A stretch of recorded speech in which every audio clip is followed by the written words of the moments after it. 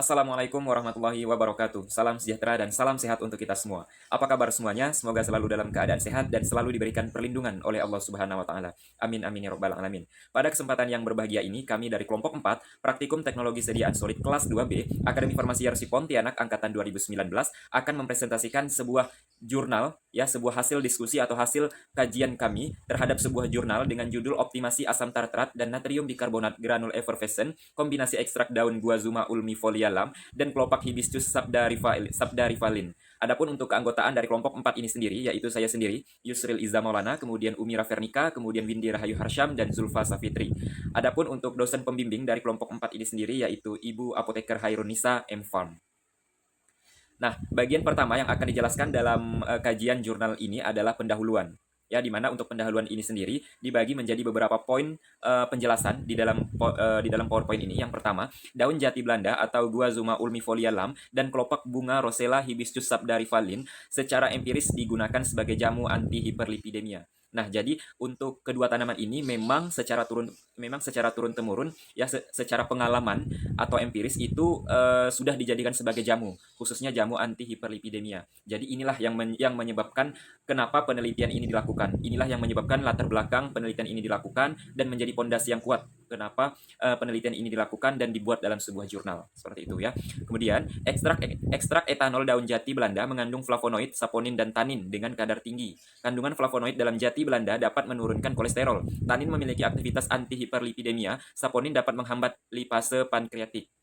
Nah, jadi untuk daun jati Belanda itu sendiri terdapat 3 kandungan utama ya. Yang pertama flavonoid, saponin, dan tanin yang masing-masing dari senyawa ini memiliki fungsinya masing-masing seperti itu.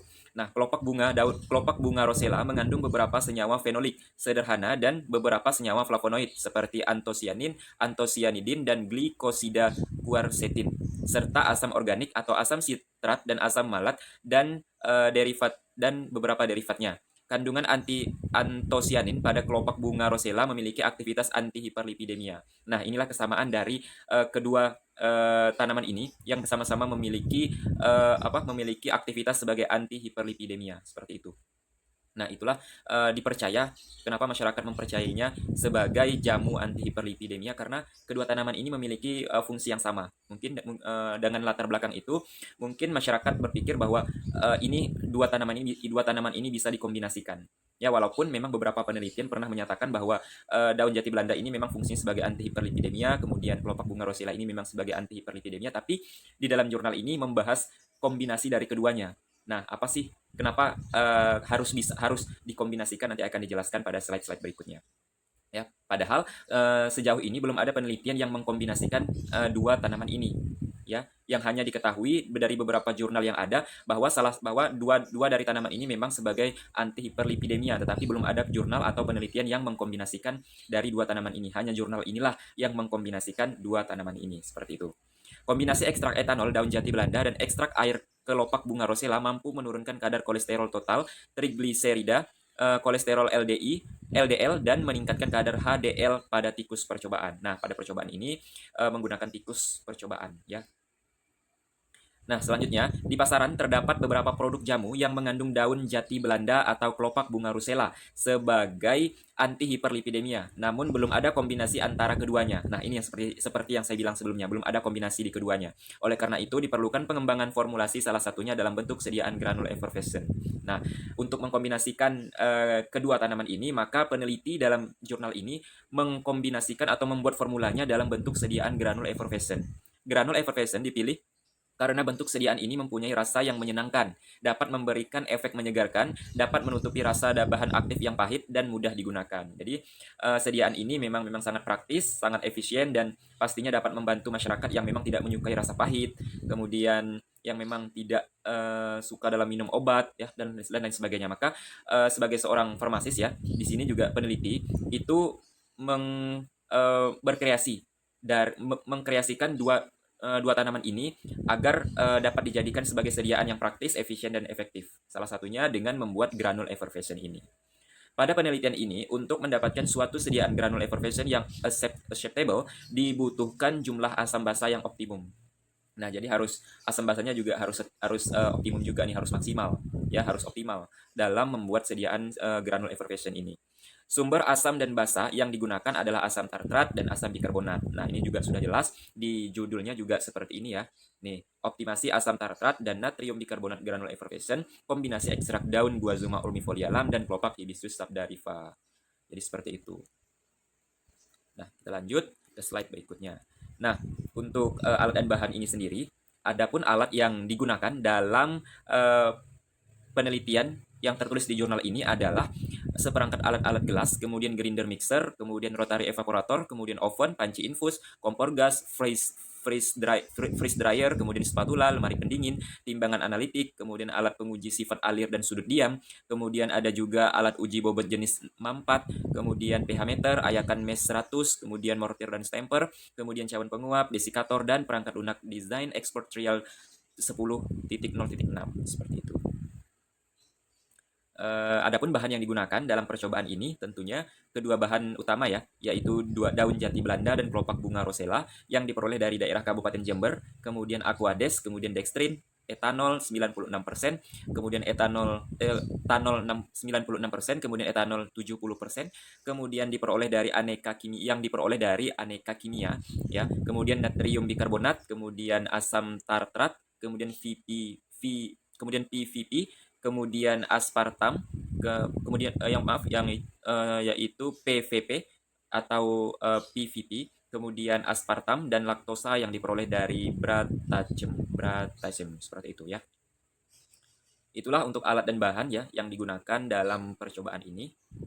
Kemudian selanjutnya, nah ini untuk metode penelitiannya. Di poin selanjutnya yaitu ada metode penelitian di mana serbuk daun Guazuma ulmifolia dimaserasi dengan etanol 96% selama 24 jam. Jadi untuk penelitian ini itu menggunakan persiapan ekstraknya itu menggunakan dengan cara maserasi ya, dengan cara maserasi. Kemudian ekstrak hasil maserasi kemudian disaring dan residu kemudian dimaserasi lagi dengan etanol 96% selama 24 jam.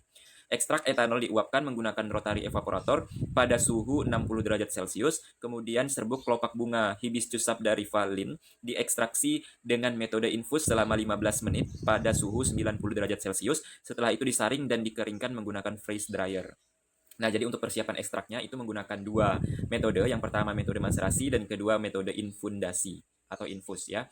Jadi untuk kenapa sih digunakan dua metode yang berbeda? Ya kita lihat lagi perbedaan dari dari kedua bahan utamanya. Apakah dicocok untuk menggunakan metode maserasi, metode infundasi maupun dekokta. Tapi di sini hanya menggunakan dua metode saja, yaitu maserasi dan infundasi. Walaupun banyak sekali metode-metode yang bisa dilakukan ya. Selanjutnya, nah untuk selanjutnya mungkin akan dijelaskan oleh teman saya selanjutnya. Mungkin demikian ya dari saya. Mungkin itu saja yang dapat saya sampaikan. Mohon maaf apabila terdapat kata-kata yang kurang berkenan, terdapat kata-kata yang salah selama penjelasan saya. Akhir kata saya ucapkan terima kasih. Assalamualaikum warahmatullahi wabarakatuh. Salam sejahtera dan salam sehat untuk kita semua. Assalamualaikum warahmatullahi wabarakatuh. Perkenalkan, nama saya Windy Rahyu Harsyam. Di sini saya akan melanjutkan presentasi dari teman saya. Poin yang akan saya jelaskan adalah metode penelitian pembuatan granul effervescent. Granul effervescent dibuat menjadi 4 rancangan formula, yaitu formula 1, formula A, formula B, dan formula AB. Formulasi keempat granul dapat dilihat pada tabel yang pertama. Di sini adalah tabel untuk susunan formula granul effervescent. Bahan-bahannya adalah ekstrak jati Belanda, ekstrak rosella plus dextrin, asam tartrat, natrium bikarbonat, PVP, aspartam, pewarna yellow, dan laktosa. Untuk nilai formula 1, bahan ekstrak jati Belanda, nilainya adalah 1001. Untuk formula A, formula B, dan formula AB, nilainya juga adalah 1001. Untuk nilai formula 1, bahan ekstrak rosella per dextrin, nilainya ada 1512. Untuk formula A, formula B, dan formula AB, nilainya juga adalah 1512. Untuk asam tartrat, formula 1 nilainya adalah 600, formula A nilainya 1080, formula B nilainya 600, formula AB nilainya 1080. Untuk natrium bikarbonat, formula 1 nilainya adalah 671,67, formula A nilainya 671,67, formula B 1209, untuk nilai F formula AB adalah 1209.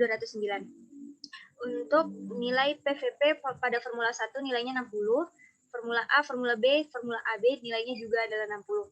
Untuk aspartam, Nilai Formula 1, Formula A, Formula B, Formula AB nilainya sama yaitu 180. Untuk bahan pewarna yellow, Formula 1, Formula A, Formula B, Formula AB nilainya adalah juga sama yaitu 2 tetes. Kemudian bahan laktosa untuk Formula 1, Formula A, Formula B, dan Formula AB nilainya adalah 6.000.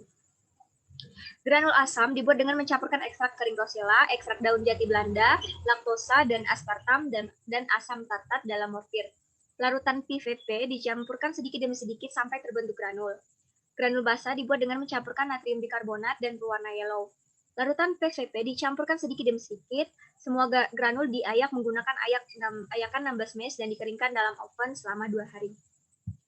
Baik, selanjutnya adalah metode penelitian untuk uji organoleptis. Uji dilakukan dengan melihat tampilan dari granul effervescent. Pemeriksaan yang dilakukan dalam uji organoleptis yaitu adalah warna, aroma, dan kondisi granul. Selanjutnya adalah metode penelitian dari laju, alir, dan sudut diam. 100 gram granul ditimbang lalu dimasukkan ke dalam corong flowability tester, kemudian penutup dasar corong dibuka sambil dijalankan alat pencatat waktu. Laju alir dinyatakan dalam gram per detik. Pengukuran sudut diam, tinggi kerucut, dan jari-jari, dasar kerucut granul yang terbentuk dilakukan setelah granul mengalir bebas. Kecepatan alir dan sudut diam dapat dihitung menggunakan rumus, yaitu kecepatan alir rumusnya adalah berat granul per waktu alir.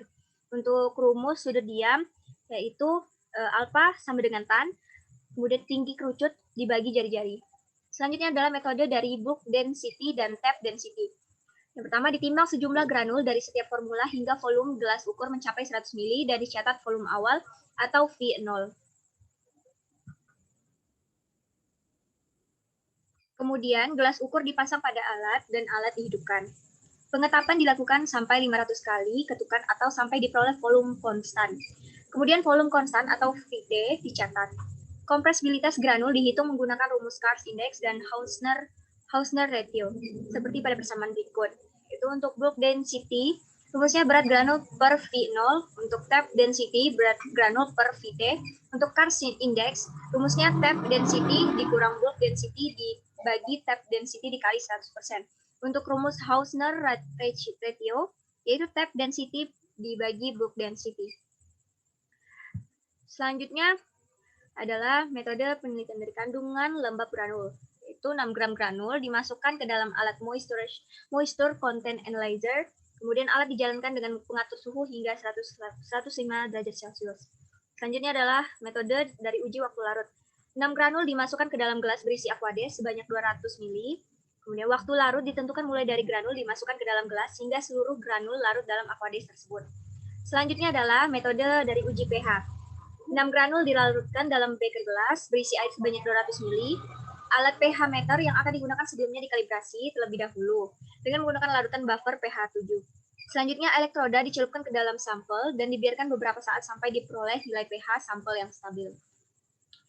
Baik, selanjutnya adalah metode dari analisis desain faktorial dan penentuan daerah optimum. Hasil penentuan nilai waktu larut dan kelembapan kemudian dilakukan analisis dengan menggunakan software Design Expert Trial 10.0.6 untuk menentukan formula optimum. Contour plot yang didapat kemudian digabungkan menjadi contour plot superimposed untuk mengetahui daerah komposisi optimum dari natrium bikarbonat dan asam tartat yang digunakan untuk pembuatan granul effervescent. Selanjutnya adalah metode dari uji kesukaan. Metode yang digunakan adalah accidental sampling dengan jumlah 30 responden. Karakteristik responden yaitu laki-laki dan perempuan di daerah Jember dengan usia 20-50 tahun. Tiap responden mencoba formula optimum granul effervescent, kemudian responden tersebut memberikan penilaian terhadap warna, aroma, dan rasa dari granul effervescent yang dicoba. Setelah itu, responden mengisi form atau angket penilaian yang tersedia. Selanjutnya adalah hasil dari uji organoleptis granul effervescent. Formulanya ada formula 1, formula A, formula B, dan formula AB. Untuk hasil dari formula 1, hasil warnanya yang didapatkan adalah coklat kekuningan dan aromanya sedikit berbau, kondisi granulnya kering dan kasar. Untuk formula A, hasil warna yang didapatkan adalah coklat kekuningan, aromanya juga sedikit berbau dan kondisi granulnya kering dan kasar. Untuk formula B, warna yang didapatkan adalah coklat kekuningan, aromanya sedikit berbau dan kondisi granulnya kering dan kasar. Untuk formula AB, warna yang didapatkan adalah coklat, kemudian aromanya juga sedikit berbau, dan kondisi granulnya juga kering dan kasar. Di sini adalah gambar dari ekstrak daun jati Belanda, kemudian di sebelahnya adalah gambar dari ekstrak Kolpak Rosella. Sekian dari presentasi saya, selanjutnya akan dilanjutkan oleh teman saya. Sekian dan terima kasih. Wassalamualaikum warahmatullahi wabarakatuh. Assalamualaikum warahmatullahi wabarakatuh. Baiklah, saya Umi Rafirnika. Di sini saya akan melanjutkan penjelasan dari teman saya yaitu Windy.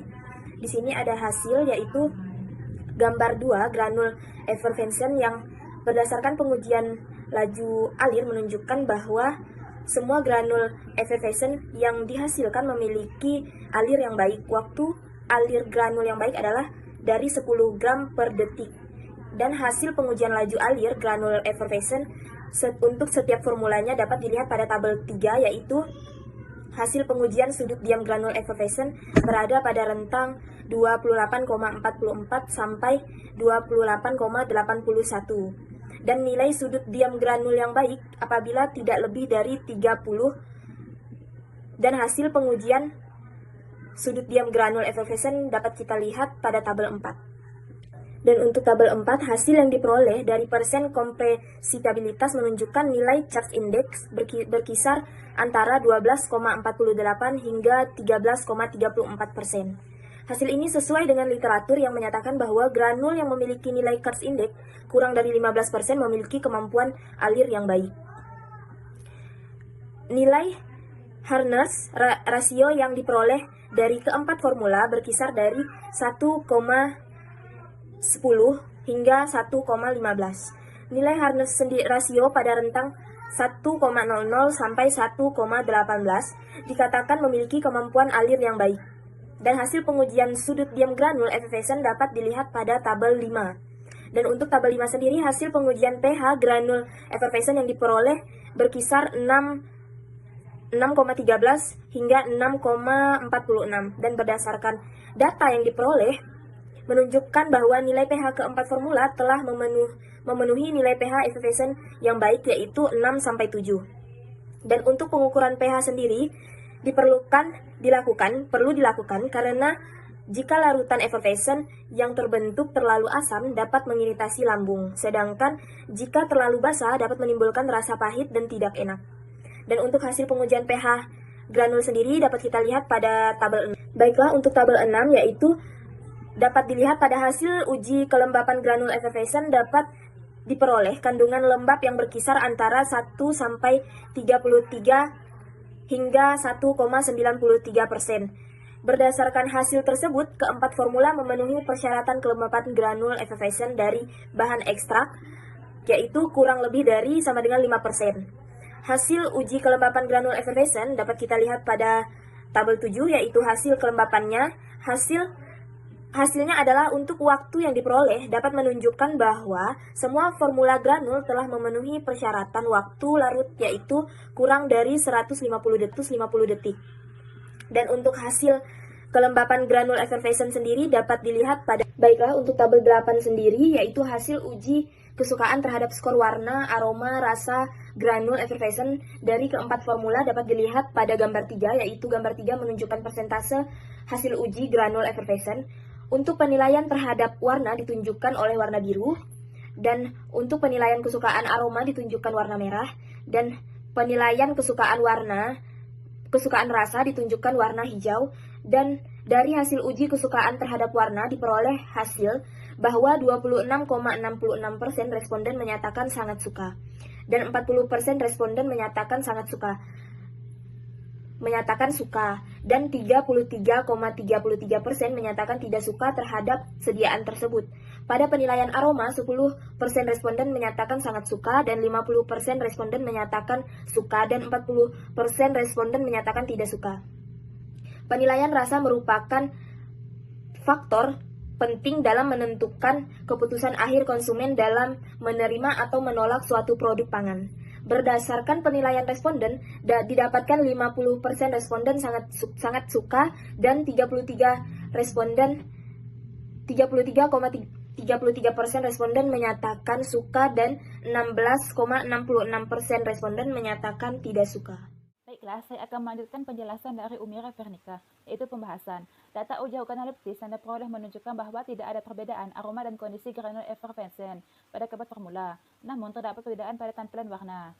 Pengujian pH menunjukkan formula A memiliki nilai pH yang paling rendah, sedangkan formula B memiliki nilai pH yang paling tinggi. Hal tersebut dikarenakan terdapat perbedaan komponen asam dan basa. Pengujian kelembapan menunjukkan bahwa formula A memiliki nilai kelembapan yang paling tinggi, sedangkan formula B memiliki nilai kelembapan yang paling rendah. Hal ini dikarenakan pada formula B mengandung natrium bikarbonat level tinggi. Natrium bikarbonat dapat menstabilkan asam tartrat yang bersifat higroskopis atau menyerap air, sehingga semakin tinggi konsentrasi natrium bikarbonat yang ditambahkan, maka akan semakin sedikit uap air yang terserap. Granul effervescen yang memiliki kelembapan tinggi akan menyebabkan terjadinya reaksi effervescen yang prematur, sehingga granul effervescen menjadi tidak stabil. Pengujian waktu larut granul effervescen menunjukkan bahwa formula B yang mengandung natrium bikarbonat level tinggi dan asam tartrat level rendah memiliki waktu larut yang paling cepat. Formula A yang mengandung natrium bikarbonat level rendah dan asam tartrat level tinggi memiliki waktu larut yang paling lama. Perbedaan waktu larut ini dipengaruhi oleh penggunaan jumlah natrium bikarbonat dan asam tartrat. Hal tersebut juga berhubungan dengan kandungan lembab granul. Semakin rendah kandungan lembab granul, maka semakin mudah untuk menarik air yang ada di sekitarnya, sehingga granul akan mudah pecah dan terlarut. Analisis dengan menggunakan software Design Expert. Diperoleh 5 formula optimum dengan batas minimum respon kelembapan 1-1,8%, serta batas minimum respon waktu larut 60-150 detik. Formula yang paling baik dari keempat formula optimum yang didapat dari Design Expert adalah formula yang mengandung asam tartrat sekitar 600 mg dan natrium bikarbonat sebesar 1209 mg. Dengan prediksi waktu larut 93 detik dan kelembapan 1,33%. Komposisi formula tersebut sama dengan formula B. Presentasi uji kesukaan terhadap aroma, warna dan rasa granul effervescen terhadap formula optimum atau formula B menunjukkan bahwa responden dengan jumlah presentasi yang paling banyak menyatakan tidak suka terhadap bau dari sidaan granul effervescen. Hal tersebut dikarenakan bahan aktif yang digunakan dalam sidaan ini berasal dari ekstrak tumbuhan sehingga memiliki bau yang kurang menyenangkan. Kesimpulan. Berdasarkan hasil penelitian yang sudah dilakukan, dapat disimpulkan bahwa semakin banyak jumlah asam tartrat yang digunakan akan meningkatkan waktu larut dan kelembapan granul effervescen. Sebaliknya, semakin banyak jumlah natrium bikarbonat yang digunakan akan menurunkan waktu larut dan kelembapan granul effervescen. Berdasarkan overlay plot, didapatkan komposisi optimum yaitu pada formula B dengan jumlah asam tartrat sebesar 600 mg dan natrium bikarbonat sebesar 1209 mg. Dengan prediksi kelembapan 1,33% dan waktu larut 93 detik. Beberapa saran pada penelitian ini adalah pada proses produksi granul effervescen sebaiknya dikerjakan pada kondisi kelembapan relatif atau RH. Ruangan yang lebih rendah atau kurang lebih 25% untuk menghasilkan sidaan effervescen yang lebih bagus dan stabil. Daftar pustaka yang kami ambil yaitu Nur Rahmanto Dwi, Rita Isnaini Prabawati, Bawon Triatmoko Nuri, 2019. Optimasi asam tartrat dan natrium bikarbonat granul effervescen, kombinasi ekstrak daun guazuma ulmifolia lam. Dan kelompok hibiscus sabdarivalin, Jurnal Farmasi FKIK Vol 2 diakses pada tanggal 4 Juni 2021. mg dan natrium bikarbonat sebesar 1209 mg. Dengan prediksi kelembapan 1,33% dan waktu larut 93 detik. Beberapa saran pada penelitian ini adalah pada proses produksi granul effervescen sebaiknya dikerjakan pada kondisi kelembapan relatif atau RH. Ruangan yang lebih rendah atau kurang lebih 25% untuk menghasilkan sidaan effervescen yang lebih bagus dan stabil. Daftar pustaka yang kami ambil yaitu Nur Rahmanto Dwi, Rita Isnaini Prabawati, Bawon Triatmoko Nuri, 2019. Optimasi asam tartrat dan natrium bikarbonat granul effervescen, kombinasi ekstrak daun guazuma ulmifolia lam. Dan kelompok hibiscus sabdarivalin, Jurnal Farmasi FKIK Vol 2 diakses pada tanggal 4 Juni 2021. Demikianlah yang dapat kami sampaikan. Semoga apa yang dapat kami jelaskan, apa yang dapat kami presentasikan pada kesempatan kali ini bisa bermanfaat. Dan kami juga selaku keanggotaan dari kelompok 4 Praktikum Teknologi Sediaan Solid, mohon maaf yang sebesar-besarnya apabila selama penjelasan terdapat kesalahan, kekurangan, dan kehilafan baik dalam kata-kata, penjelasan, dan lain sebagainya. Kami mohon maaf yang sebesar-besarnya. Akhir kata kami ucapkan terima kasih. Wassalamualaikum warahmatullahi wabarakatuh. Salam sejahtera dan salam sehat untuk kita semua.